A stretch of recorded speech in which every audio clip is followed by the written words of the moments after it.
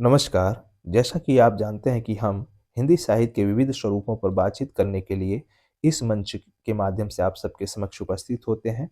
दोस्तों, जैसा कि आप जान रहे हैं कि हम इस मंच पर के माध्यम से हिंदी साहित्य के कुछ प्रमुख रचनाकारों को लेकर आप सबके समक्ष उपस्थित हो रहे हैं।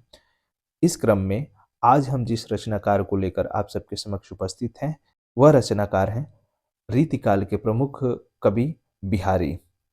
आज हम बिहारी पर बात करेंगे और कुछ बिंदुओं के माध्यम से बिहारी के साहित्यिक योगदान को समझेंगे और जानेंगे भी।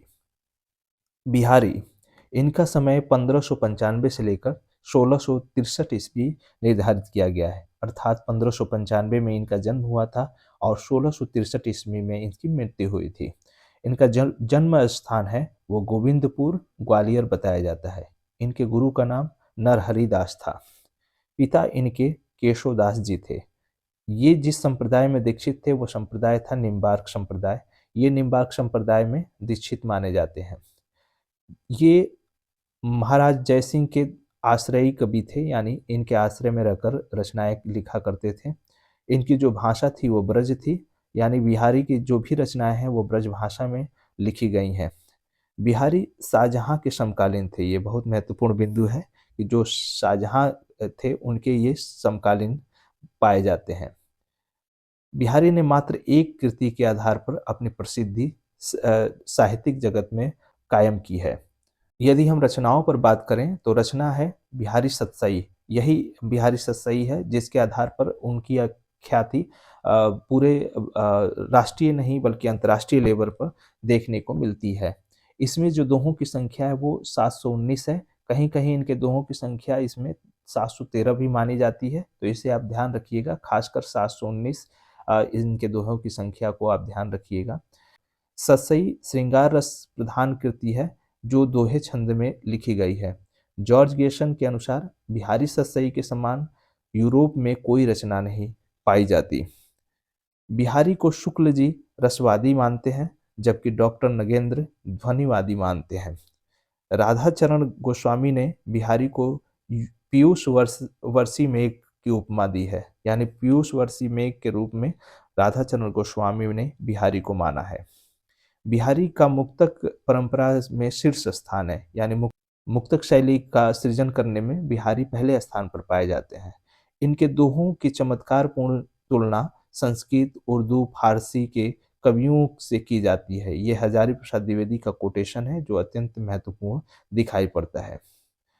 बिहारी सतसई पर लगभग 50 टीकाएं लिखी जा चुकी हैं और इसकी जो प्रथम जो टीका लिखी है वो इनके पुत्र कृष्णलाल जी ने लिखी है, जो सवैया छंद में है और वो भाषा इसकी जो है वो ब्रज भाषा है।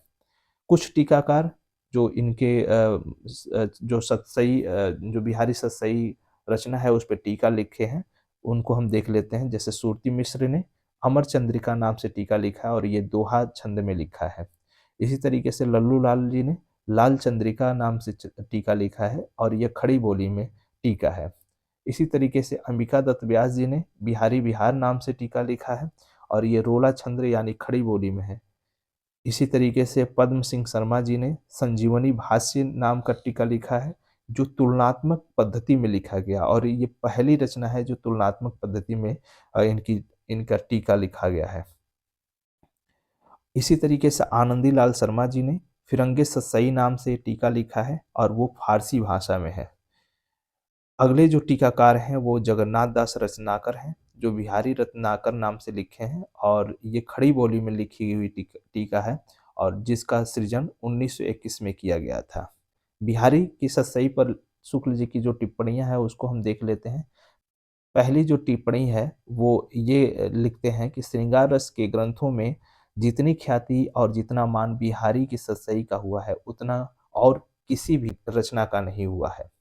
दूसरा जो बिंदु आता है वो ये लिखते हैं कि यदि प्रबंध काव्य एक विस्तृत वनस्थली है तो मुक्तकार एक चुना हुआ गुलदस्ता, यानी जो प्रबंध काव्य है वो विस्तृत वनस्थली है तो जो मुक्तक काव्य है वो चुना हुआ गुलदस्ता माना जाता है। ये शुक्ल जी के कोटेशन है, ये ध्यान रखिएगा। अगली जो पंक्ति है वो यह है कि जिस कवि में कल्पना की समाहार शक्ति के साथ साथ भाषा की संहार शक्ति जितनी अधिक होगी उतना ही वह मुक्तक की रचना में सफल होगा। यह क्षमता बिहारी में पूर्ण रूप से वर्तमान थी। यानी बिहारी के अंदर अंतर्गत ये ये जो प्रवृत्तियां हैं, ये जो विशेषताएं हैं, वो देखने को मिलती हैं। अगला जो कोटेशन है शुक्ल जी का वो यह है कि बिहारी की रस व्यंजना का पूर्ण वैभव उनके अनुभवों के विधान में दिखाई पड़ता है। यानी जो बिहारी की रस व्यंजना की जो पूर्ण वैभव का स्वरूप है वो उनके अनुभवों के विधान में देखने को मिलते हैं। अब हम बिहारी द्वारा सृजित कुछ पंक्तियों को देख लेते हैं। जैसे एक पंक्ति है, झत टूटत कुटुक जुरत चतुर चितप्रीत। इसी तरीके से एक पंक्ति है कि अन बूढ़े बूढ़े तिरे जे बूढ़े सब अंग। एक पंक्ति और आती है, बतरस लालच लाल की मुरली धरी लुकाए। एक और पंक्ति यहाँ पर आप देख सकते हैं कि कनक कनक ते 100 गुना मादकता अधिकाय। इसी तरीके से एक पंक्ति और, कहत नटत रिझत खिजत मिलत खिलत लजियात।